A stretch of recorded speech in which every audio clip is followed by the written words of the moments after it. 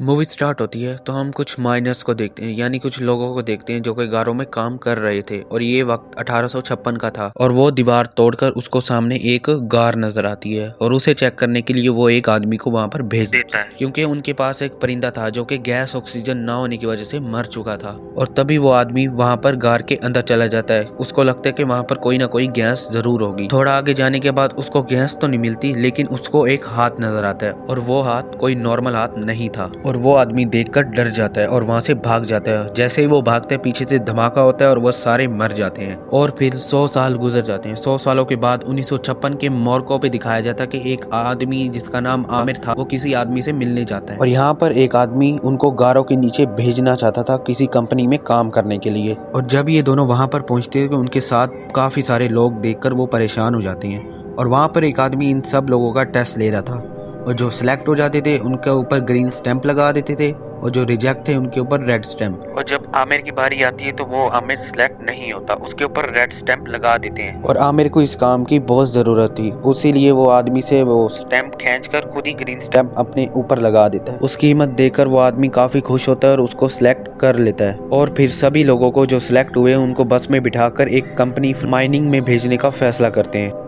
और तभी एक आदमी जिसका नाम बैथियर होता है वो पोजियर से मिलने के लिए लोगों से पूछता है। और जब पोजियर उसे मिलता है तो वो उसे कहता है कि मुझे यहाँ डेफियर जाना है, जहाँ पर मुझे कुछ सैंपल लेने हैं। और ये बात पोजियर सुनकर मना कर देता है, जिस पर वो जिद करने लग जाता है और कुछ पैसे देकर उसे मना लेता है। इसके बाद यहाँ पर अलार्म बजता है, जहाँ पर एक बंदा जो कि घायल हो जाता है और कुछ आदमी उस घायल आदमी को बाहर लेकर आ जाते हैं, जहाँ पर एक बंदा जो कि जिसका नाम रोलैंड था। पोजियर उसे बताता है कि अगर ये रोलैंड नाम का लड़का वहां ना होता तो ये आदमी मर जाता। रोलैंड की बहादुरी देखकर उसे सिलेक्ट कर लिया जाता है। इसके बाद हम आमिर को देखते हैं जो कि इसी माइनिंग कंपनी में आ जाता है। और यहाँ पर आने के बाद इसकी मुलाकात दो आदमी से होती है, एक का नाम सैनिटी और दूसरा पोलो, जो उसे माइन में पहनने वाले कपड़े देते हैं। इसके बाद आमिर वो कपड़े पहन लेता है और माइन में अंदर जाने के लिए तैयार हो जाता है। उसके बाद दो आदमी, एक का नाम मिगल और दूसरा का नाम लॉइस था, वो भी दोनों तैयार हो जाते हैं वहां पर जाने के लिए। और फिर ये माइन खोदने के लिए नीचे चले जाते हैं, क्योंकि प्रोसेस को 1000 मीटर की नीचे जाकर सैंपल लेने थे कुछ। और फिर ये रास्ता बनाने लग जाते हैं। कुछ दिन बाद वो रास्ता बन जाता है और 1000 मीटर नीचे अंदर चले जाते हैं। और जब वो नीचे आ जाते हैं तो तभी वो रास्ता बनाने लग जाते हैं। और तभी ये रोलैंड को कहते हैं कि धमाका करो, और तभी वो वहाँ पर ब्लास्ट कर देता है, जिसकी वजह से उनकी आगे का रास्ता बन जाता है। और जैसे रास्ता बनता है तो ये एक एक करके नीचे चले जाते हैं और देखकर हैरान हो जाते हैं कि ये गारें इंसानों ने बनाई है। ये देखकर रोलैंड इन सबको बताता है कि यहाँ पर एक माइन थी जो कि गैस लीक होने की वजह से आग लग गई थी। आज से 100 साल पहले यहाँ पर कुछ लोग काम करने आए थे और आग लगने की वजह से उनका कुछ पता नहीं चला। अभी ये सारे बात कर ही रहे होते हैं, तभी रोलैंड देखता है कि प्रोसेस यहाँ पर नहीं है। वो उसे ढूंढने के लिए दो दो हिस्से बांटकर वहां पर ढूंढने चले जाते हैं, जिस पर पहली टीम पर रोलैंड और मिगल थे, दूसरी टीम पर सैंटी, लुइस और आमिर थे। इन लोगों को कुछ देर चलने के बाद एक कंकाल मिलता है और ये कंकाल उन्हीं माइनर्स में से किसी एक का था। वहां पर खुफिया चाबी भी पड़ी हुई थी। तभी आमिर नोट करता है कि इसकी उंगलियां काट दी गई हैं और वो आमिर ये चाबी रख लेता है अपने पास। और तभी वहाँ पर दीवार पर कुछ लिखा हुआ इनको मिलता है, जिस पर ये लिखा था कि वो ये डिजर्व नहीं करता था और वो एक दिन अंधेरे में से निकलकर वापस जरूर आएगा।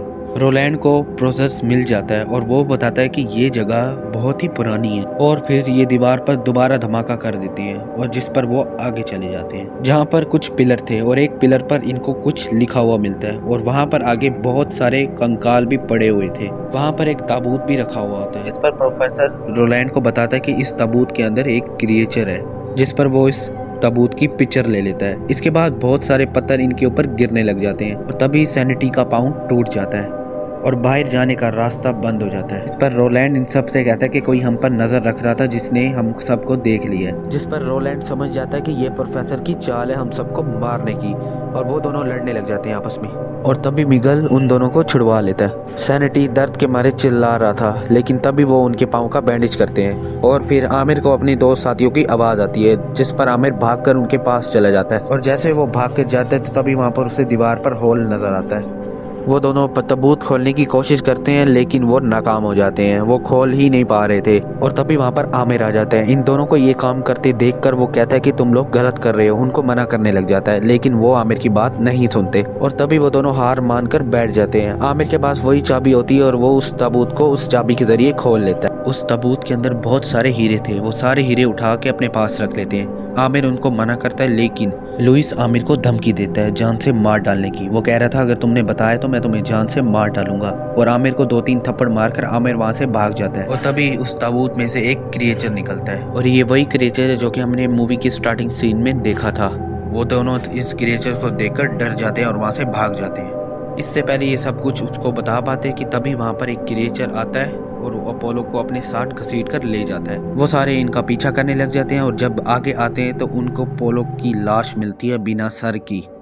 वो देखकर डर जाते हैं, जिस पर रोलैंड प्रोफेसर पर गुस्सा करने लग जाता है। वो कहता है कि तुम्हारी वजह से इतना सब कुछ हो गया। जिस पर प्रोफेसर बताता है कि 10 लाख साल पहले इस क्रिएचर को लोगों ने बंद कर दिया था, और जिसने गार बनाई थी वहां पर एक क्रिएचर आया था, और वो क्रिएचर उस दुनिया से निकल के आया था। तभी लोगों ने उस क्रिएचर को ट्रैप में फंसाया और फिर इस ताबूत में बंद कर दिया, क्योंकि लोगों के पास इस क्रिएचर को बांधने के लिए कोई जगह नहीं थी। इसलिए उन्होंने उनको एक भारी खुफिया ताबूत में बंद कर दिया।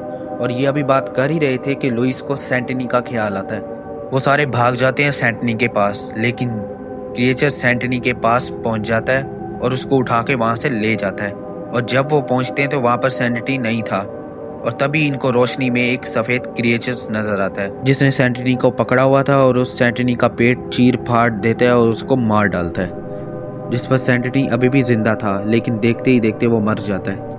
और ये सारे एक जगह बैठकर बाहर निकलने का सोच रहे होते हैं। आमिर कहता है यहाँ पर बाहर निकलने का रास्ता तो जरूरी होगा, क्योंकि जिसने ये गुफाएं गारें बनाई हैं उसने बाहर निकलने का रास्ता जरूरी बनाया होगा। जिस पर प्रोफेसर पिलर पर लिखे हुए मैसेज को फॉलो करता है, जिस पर वो प्रोफेसर बताता है कि लेफ्ट और राइट, और वो लोग उसी रास्ते पर चल पड़ते हैं। कुछ देर आगे जाने के बाद इन्हें जेल नजर आती है। वहाँ पर बहुत सारे कंकाल पड़े हुए थे, लेकिन ये ज्यादा देर तक जिंदा नहीं रहते। वो क्रिएचर आता है और इन सबको मार डालता है। अब सिर्फ आमिर और रोलैंड ही बचे थे। वो दोनों इस क्रिएचर को अपने ट्रैप में फंसाना चाहते थे और मारना चाहते थे। वो लोग एक बॉम्ब सेट करते हैं और वो खुद ऊपर चढ़ जाते हैं। तभी वहाँ पर क्रिएचर उन दोनों को मारने आता है, और तभी आमिर बॉम्ब ब्लास्ट कर देता है और वो क्रिएचर कहीं फंस जाता है और आमिर और रोलैंड दोनों मर जाते हैं। और बस इसी के साथ ही ये मूवी ख़त्म।